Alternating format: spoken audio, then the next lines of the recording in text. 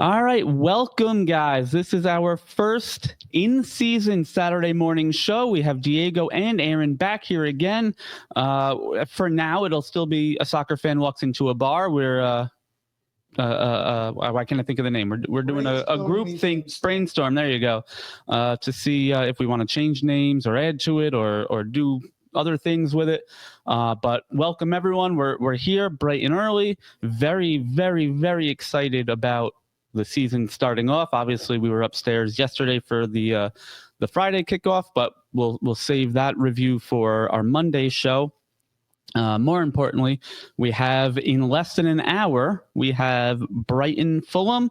And in the meantime, we also have Villa down to 10 men in the, looks like 80th minute at this point, still scoreless with Newcastle. But let's get to the activity on hand. Brighton Fulham, the Brighton roster or Brighton lineup has just been released. So I'm going to grab this on my phone. Not many surprises here. We have Verbruggen, Dunk, Van Hecke, Ruder, Minta, Baleba, Mitoma, Ayari, Weaver, De Kuiper, O'Reilly. So it looks like a pretty strong squad. There were obviously some rumors of Baleba wanting to leave or being on his way out, but he is in the starting lineup. So I'm sure that helps the Brighton faithful want to keep him in the squad. So Brighton Fulham, guys, what do we think? First game of the season, any surprises? Or are we going to be kind of on chalk as usual? And I think the predictions are going to be pretty steady. Again, first game of the season, people are going to be very careful. I mean, as careful as they can to get the result. But I want to say maybe a tie. Okay. I come up with a tie, maybe 1-1, 2-2. We'll see how it develops. Brighton guys got to start, for our own part, for our own supporters, people here. We want Brighton to start with the right foot, strong show and cohesiveness on the team. That's kind of like what we ask at the beginning of the season. Right. That the team is kind of like gelling together. Results aside, that's what I personally want. I want to see a team. I don't want to see, some disarray of things. So that's my expectation for now, All right. So Brighton is playing Fulham, or as some of us call it, the Arsenal B squad. Pretty much. Yeah.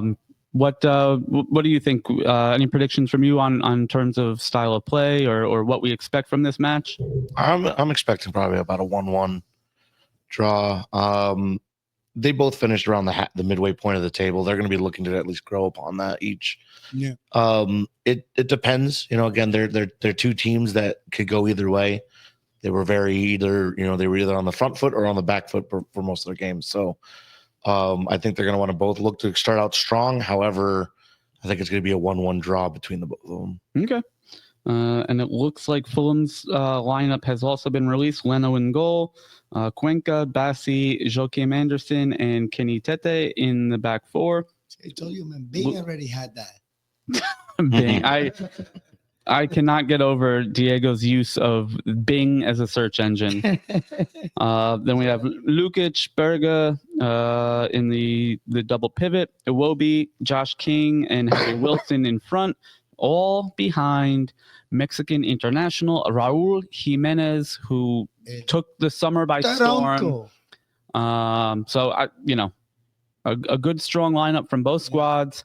I think Brighton can take this. I don't know if that's just me kind of talking with my heart for our Brighton supporters club upstairs, but I think Brighton has what it takes. I think for the first time in their recent history, they really held on to most of their squad this summer. Obviously, the Joao Pedro saga, came and went, and he's out the door. But Brighton is so accustomed to losing 3, 4, 5, 6 quality players every year. This is one of the first years that they have most of that intact still, and and here we are. So. I think Brighton takes it, probably 3-1, maybe a late goal to ice it. But moving on, we also Tottenham-Burnley. Lots of changes for Tottenham. New manager on the heels of winning a European title. Ange was out. Thomas Frank, the former Brentford manager, is in. And very recently, the announcement of Sung Hyun Min to LAFC. So, their most pivotal player. To go a little off track, did you hear about his jersey? No. One of the most sold jerseys. Oh, yeah, I did. Yeah. So, we can talk about that. Let's unpack that a little bit. Obviously, MLS is a different beast. Any signing like that they make, there is a huge way. Absolutely 100%. At the very least, a 50-50 split on sporting versus commercial thought process. Yeah. And any fan of MLS or soccer or any MLS executive that tells you otherwise is lying.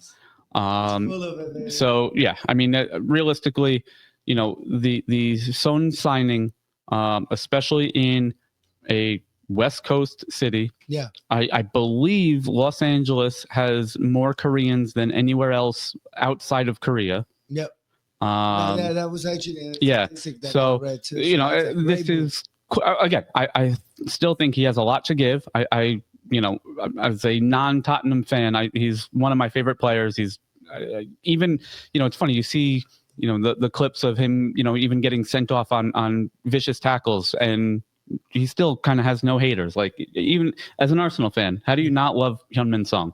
No, he was one of those players that when you saw him on the field against you, you were just like, exactly. Don't hurt us, please. If it is the team that's playing against you and it's your team, you're like, I hope he doesn't score, but you never wish him ill will. Right. He's like Harry Kane.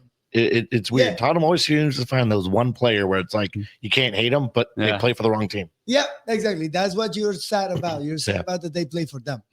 So right. So Sony, the marketing machine that he's capable of now on the West Coast in LA, in that neighborhood. Did you also? I forgot to mention this. Did you see in his his opening press conference? I believe it was a state senator or some kind of representative of the area whose constituency happens to include Koreatown. Who knows apparently nothing about the game. Said, was talking about next summer and asking Son Heung-min if he could help the U.S. win a World Cup game because now he's playing in the U.S. So there's that. So all these leaps and bounds that the MLS is making and putting American soccer on the map, and we're still dealing with this. So listen, all I know is this guy got he beat out LeBron James.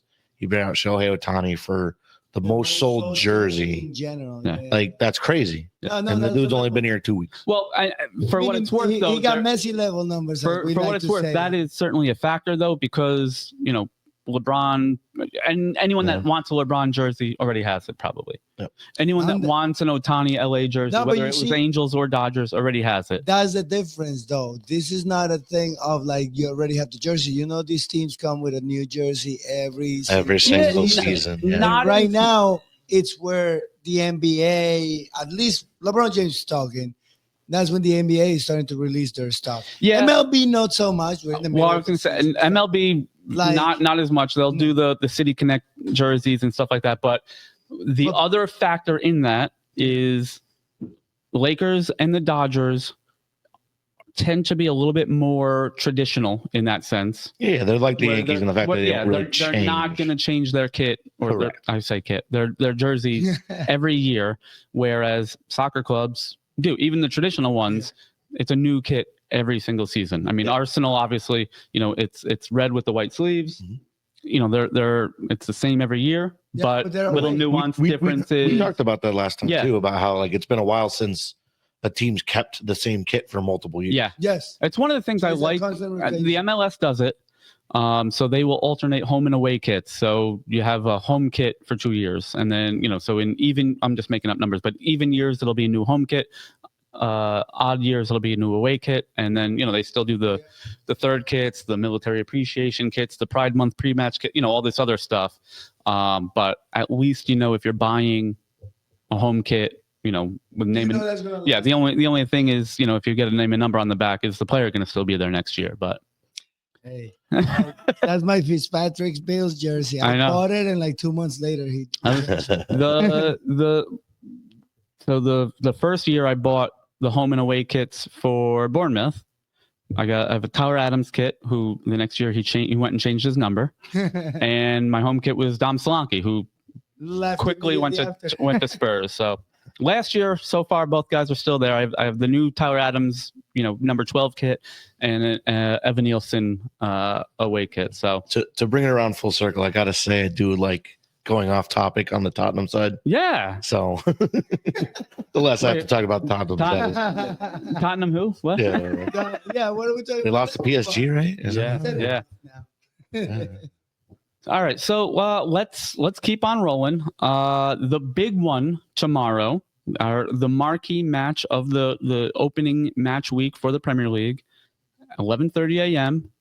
Aaron, you'll be here. Nervous energy. Man United Arsenal. What do we think? This game always makes me bite my tongue because I don't want to talk about it, But listen, it's always it's always nice when you see a top 6 matchup because each side's going to go hard. I'm going to say 2-2 Did you draw. just put United back in the top 6?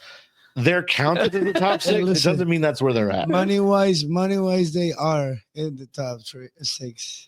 Listen, but I think it's going to end in a 2-2 draw. Yeah, I classic Arsenal fashion. They're going to go 2-0. I don't think it'll be that open, to be completely honest. I think we may have even briefly talked about this on Monday, but I think there is so much change going on with both of those clubs.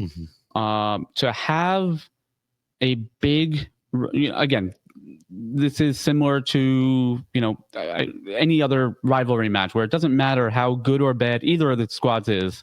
It's going to bring out all the fans, all the energy, all the best quality out of these players. But to have this match on opening weekend, I think does a disservice to the rivalry and the fixture itself. Yep. I see this almost being more like a knockout cup final where neither team is going to want to make a mistake, especially early, because again, after all the change, all the turmoil, the Gyökeres saga that seemingly lasted forever, all the upheaval at United, I don't think either team wants to lose to what amounts to be, I know obviously, you have a North London derby and you have a Manchester derby, but for all intents and purposes, United Arsenal for the last 30 years has been the biggest game in the Premier League. Liverpool might disagree with that and have something else to say, but I think the issue though is that the problem is that yes, like as much as you don't want this fixture at the beginning, the other issue is Arsenal are also playing Liverpool and Man City in the next 5 games. Yeah, so they're going to need to try to scrape a win here to get off to a good start, because again, if they go 5-0 in the next 5 games, I will become a believer. But until then, so I'm cautiously optimistic. I'm just going to throw this out there. Arsenal at United, despite where they finished last year, you don't take a draw at Old Trafford and count your blessings? No, I take a draw. Like I said, I think they're going to draw in Arsenal fashion. I'm gonna be honest. Not with this Manchester United. Manchester United's you gotta get a win. I mean, again, first game of the season, and it's me talking, so I might as well just stop saying that I want Arsenal to win. But they should, man. They should get. I mean, we're kind of in a vacuum here. It is extremely odd to have a match of this stature in the opening week. Correct. So, we're kind of in uncharted territory in that sense. But picture this match, in late April. Yeah. You're again. I don't care what position Man United is in.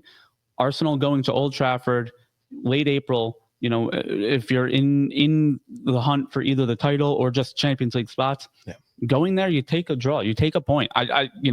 That's just my thought process. And I think Man United, obviously, their opening match against a rival at home, certainly don't want to lose. So, I think both teams will just kind of sit in, let the game grow naturally. I do think there was maybe a goal or two in it, but I think it's going to be a boring draw, to be completely honest. Okay. I mean, That makes sense. And again, I'm saying nothing in favor of Arsenal because I don't want to jinx them. So let's move on to the next. All right. So next, we're going to go elsewhere in Europe. We have our first. We've had their games on before, and I'm wearing a kit for them in solidarity. But we have a group of Barcelona supporters that will be showing all their matches all season long, and they visit Mallorca 1:30 p.m. today.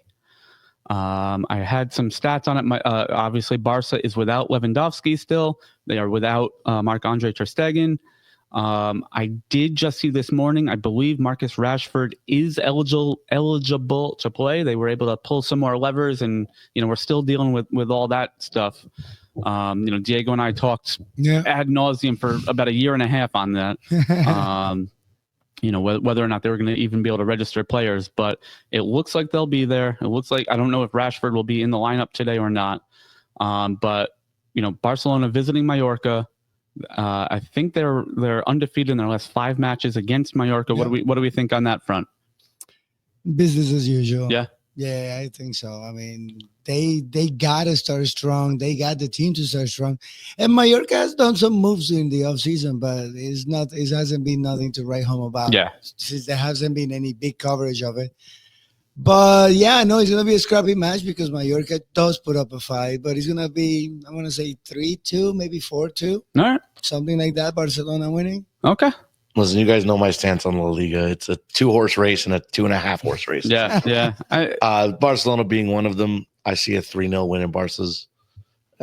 Easy sailing, essentially. All right, so let's have a little bit of fun with this. So we are toward the end of our show. So for the audience, I actually kind of thought of this on the way in here. No betting odds, none of that. But we're gonna have a little fun this season with some predictions.